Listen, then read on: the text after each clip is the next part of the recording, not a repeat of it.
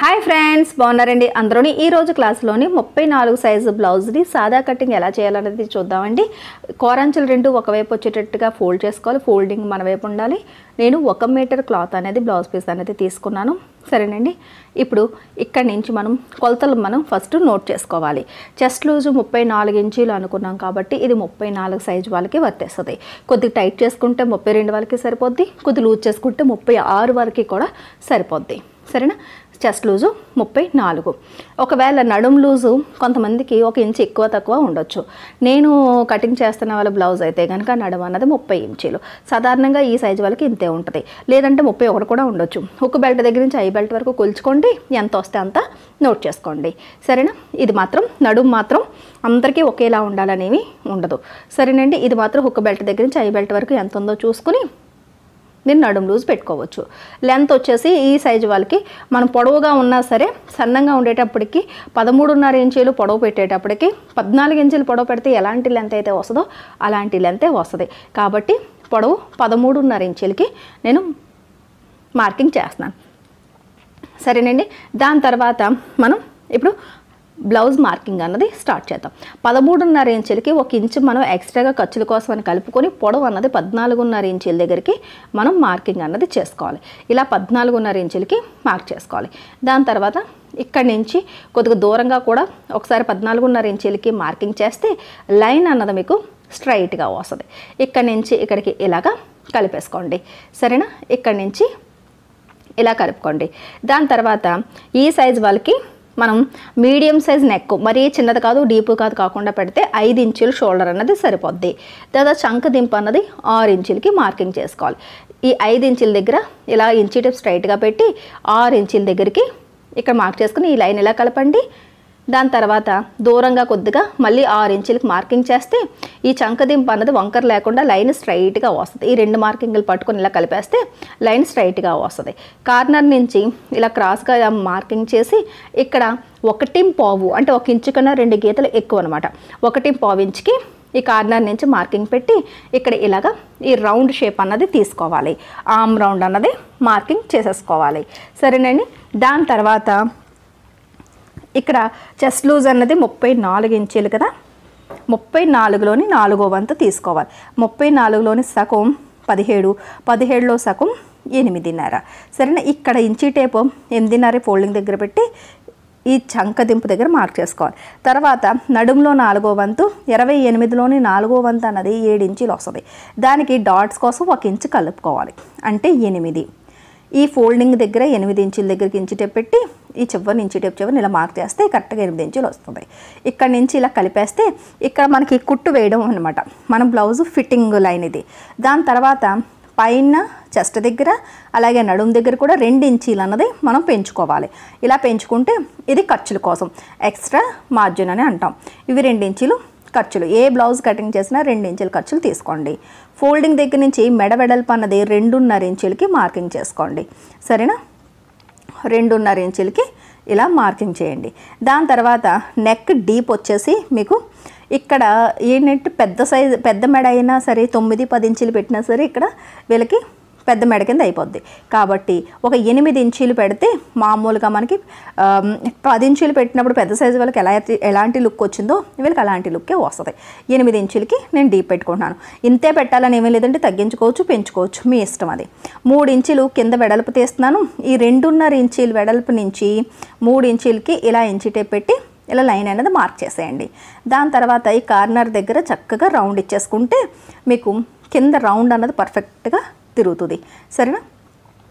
ఇప్పుడు back part అనేది marking అయిపోయింది. కటింగ్ చేసేద్దాం. కటింగ్ చేసుకునేటప్పుడు ఫస్ట్ ఇలాగా నడుం పొడవు దగ్గర నుంచి ఇలాగ సైడ్ జాయింట్ల వరకు ఇలా ఫస్ట్ కటింగ్ చేసి తర్వాత ఆర్మ్ రౌండ్ని పర్ఫెక్ట్గా వచ్చేటట్టుగా ఇలా కటింగ్ చేసి తీసేయండి. దాని తర్వాత మెడ కటింగ్ చేసేసుకోండి.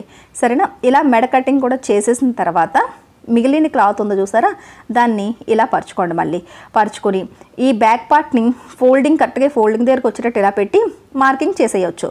లేదు అనుకుంటే కనుక పర్ఫెక్ట్గా బిగినర్స్ అయితే కనుక అటు ఇటు తేడా రాకుండా రావాలి అంటే కనుక మళ్ళీ సేమ్ బ్యాక్ సైడ్ ఎలా అయితే మార్క్ చేస్తామో అలాగే 14.5 ఇంచీలు పొడవు ముందు మార్క్ చేసి ఇక్కడ నుంచి ఇక్కడికి లైన్ అన్నది ఇలా గీసేయాలి. దాని తర్వాత 5 ఇంచులు షోల్డరు, 6 ఇంచులు చంకదింపు. ఇది అంటే బ్యాక్ పార్ట్ ఎలాగైతే మార్క్ చేసామో సేమ్ అదే కొలతలు పెట్టేసుకోవాలి. ఇక్కడ 6 ఇంచులకు మార్క్ చేసి ఈ లైన్ ఇలా కలిపేసి ఈ కార్నర్ దగ్గర ఇలా లైన్ గీసి వదిలేయండి. 8.5 ఇంచీలు చెస్ట్ లూజు, 2 ఇంచులు ఖర్చులు, 8 ఇంచులేమో నడుము పెట్టాము, 2 ఇంచులు ఖర్చులకు పెట్టాం. ఇప్పుడు ఈ 2 మార్కింగ్ని ఇలాగ కలిపేసుకోండి. బ్యాక్ పార్ట్ ఎలా అయితే మార్క్ చేసాం సేమ్ ఫ్రంట్ పార్ట్ని కూడా మార్క్ చేసాం.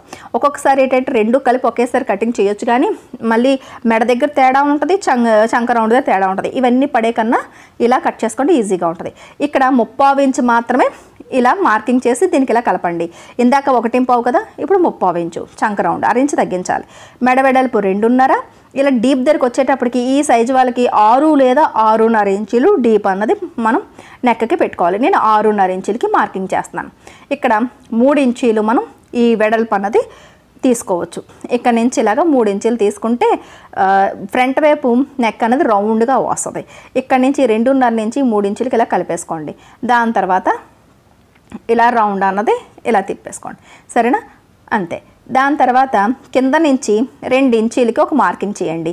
కింద లైన్ నుంచి పై భాగం వైపుకి 2 ఇంచులు అటు ఇటు కూడా మార్కింగ్ చేసి ఈ 2 మార్కింగ్ని కలిపితే ఫ్రంట్ పార్ట్ కోసం బ్యాక్ పార్ట్ కన్నా 2 ఇంచులు పొడవు తగ్గించామన్నమాట.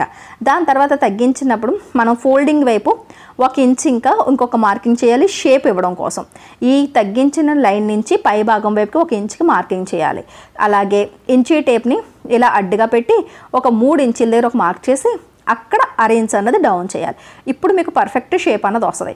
ఈ 1 ఇంచ్ నుంచి ఈ 1/2 ఇంచ్కి ఇక్కడ నుంచి ఇలా కలిపి ఇక్కడ నుంచి ఈ రకంగా మార్కింగ్ చేసుకోవాలి. చూడండి, ఇలా మార్క్ చేసుకుంటే ఈ కార్నర్ పాయింట్ ఈ ప్లస్ పాయింట్కి ఇక్కడ కలిసి ఆ చివరికి వచ్చేటట్టు ఒక 1/2 ఇంచ్ పైకి తీసుకురావాలి. వీడియోలో చూపించినట్టుగా షేప్ ఇచ్చుకోండి, పర్ఫెక్ట్గా వస్తుంది. ఇక్కడ 2.5 ఇంచులు వదిలేసి ఇంకొక 2.5 ఇంచులకి డాట్ వెడల్పు అన్నది మార్కింగ్ చేస్తున్నాను.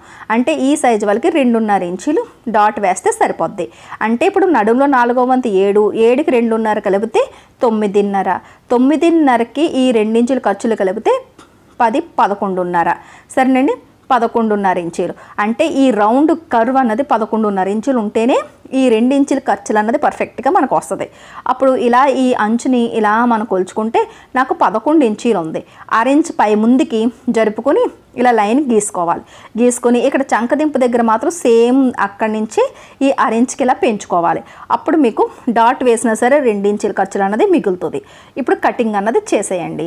ఈ రకంగా చూసుకోవాలన్నమాట. డాట్ ఎంత వేద్దాం అనుకుంటున్నారు దానికి నడుములో 4వ వంతు కలపాలి, తర్వాత ఈ 2 ఇంచుల ఖర్చులు కూడా కలపాలి. కలిపితే ఎంత వస్తుందో అంతా మొత్తం ఈ రౌండ్ అంతా ఉండాలి. ఎంత తగ్గితే అంత ముందుకు పెంచుకోవాలి. ఇప్పుడు ఇలా కటింగ్ చేసేసాం కదా.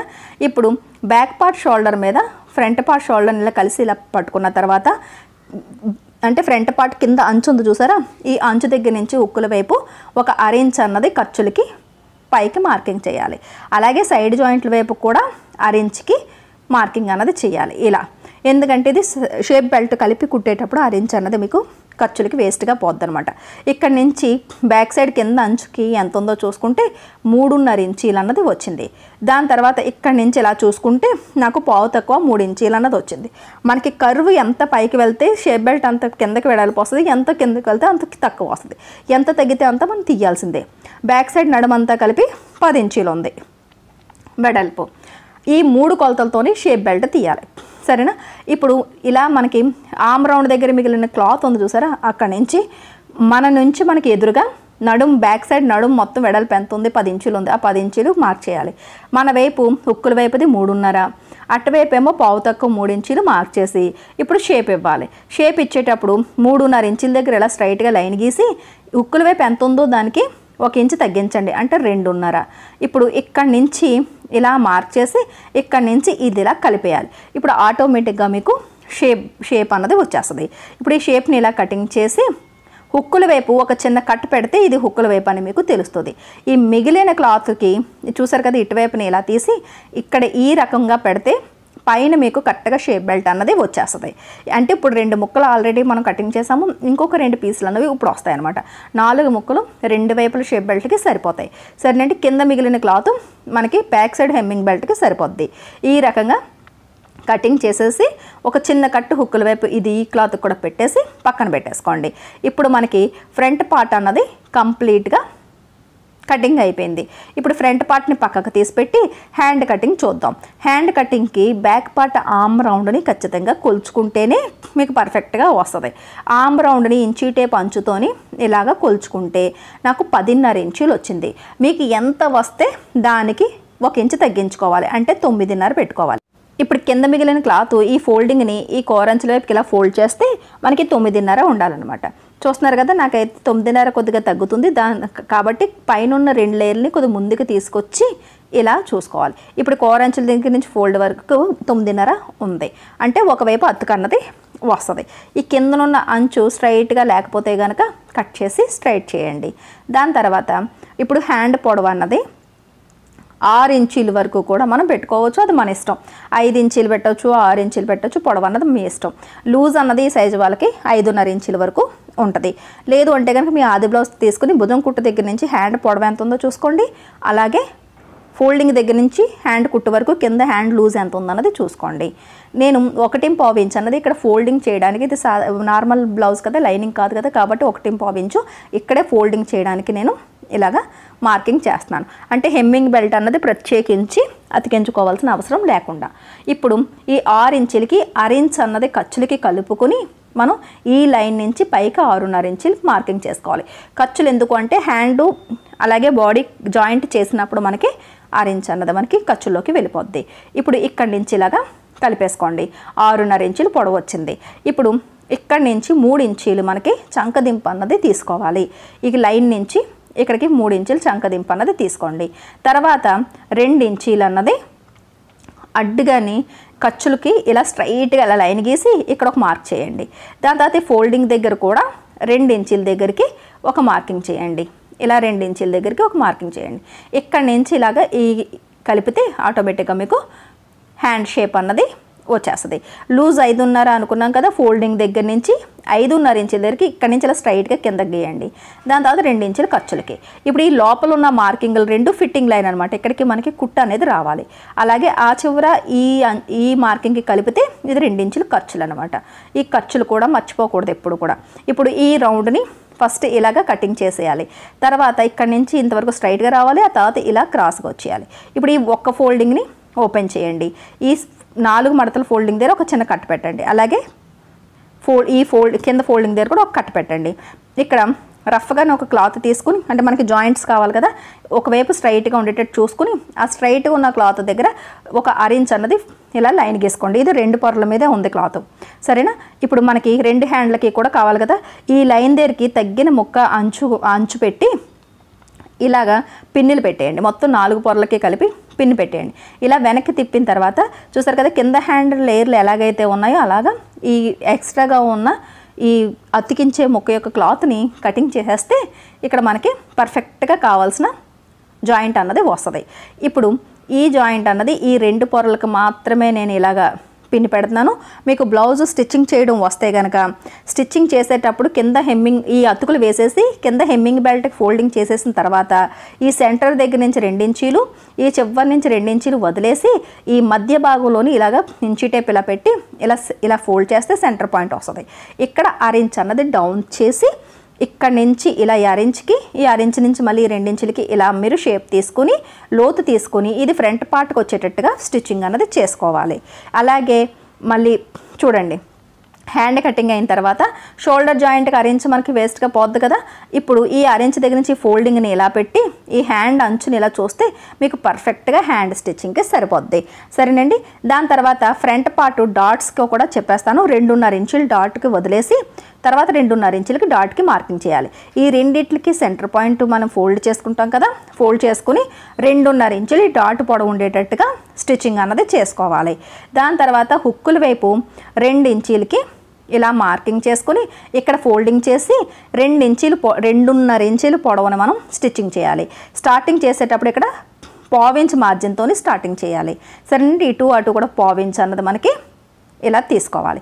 దాని తర్వాత ఆర్మ్ రౌండ్ సెంటర్ పాయింట్ దగ్గర నుంచి ఇక్కడ సెంటర్, అంటే మీకు అటువైపు అయితే బాగా నెంబర్స్ ఎక్కువగా ఉన్నాయి, కన్ఫ్యూజ్ అవుతారని ఇటువైపుకి తిప్పి నేను చూపిస్తున్నాను. ఈ కార్నర్ పాయింట్ దగ్గర నుంచి 1/2 ఇంచ్ అన్నది ఒక మార్క్ చేయాలి, దాని తర్వాత ఇంకొక అరెంజ్ అనేది మార్కింగ్ చేయాలి. తర్వాత ఇది చూడండి, ఇక్కడ నుంచి ఈ సెంటర్ నుంచి ఇలాగా అరెంజ్కి మార్కింగ్ చేసుకోవాలి, దాని తర్వాత ఇంకొక అరెంజ్కి ఇలా మార్కింగ్ చేయాలి. ఈ 2 మార్కింగ్లకి సెంటర్లో పట్టుకొని ఇలా క్రాస్గా పెట్టి 4 ఇంచీల వరకు ఈ డాట్ పొడవు అనేది స్టిచ్ చేసుకోవాలి. ఇప్పుడు ఈ అరెంజ్కి ఇలా కలిపేస్తే ఇది కూడా 1/4 ఇంచ్ మార్జినే వస్తుంది కలిపి పట్టుకుంటే. సరే, ఇలా డాట్ స్టిచ్చింగ్ అనేది చేసుకోవాలి. సరేనండి, ఇలా 3 డాట్స్ అనేవి వస్తాయి. ఈ రకంగా స్టిచ్చింగ్ చేసేసుకుంటే మీకు ఈ సైజ్ అనేది పర్ఫెక్ట్గా కుదురుతుంది. సరేనండి, ఒకవేళ స్టిచ్చింగ్ రాదు అని అనుకున్న వాళ్ళకి నేను స్టిచ్చింగ్ చేసి కూడా చూపిస్తాను, ఆ వీడియోని కూడా మిస్ కాకుండా చూడండి. సరేనండి, మొత్తం బ్లౌజ్ అన్నది కంప్లీట్ అయిపోయింది. మనకి మిగిలిన క్లాత్ అన్నది ఇంత మిగిలింది. ఇది మనకి బ్యాక్ సైడ్ హెమ్మింగ్ బెల్ట్కి నెక్కేమో క్రాస్ పట్టీలు మాత్రమే కావాలి. సరేనండి, ఈ క్లాత్తోని మీకు చక్కగా అవన్నీ వచ్చేస్తాయి. ఇలా క్రాస్గా ఇక్కడ తీసేసుకోవచ్చు అంతే. సరేనండి, ఇప్పుడు క్లాత్ కూడా ఎక్కువే మిగిలింది, మనకి బ్లౌజ్ కటింగ్ కూడా అయిపోయింది. వీడియో నచ్చినట్లయితే కనుక ఒక లైక్ ఇవ్వండి, మన ఛానల్ని సబ్స్క్రైబ్ చేసుకోవడం మర్చిపోకండి. మళ్ళీ నెక్స్ట్ క్లాస్లో కలుద్దాం.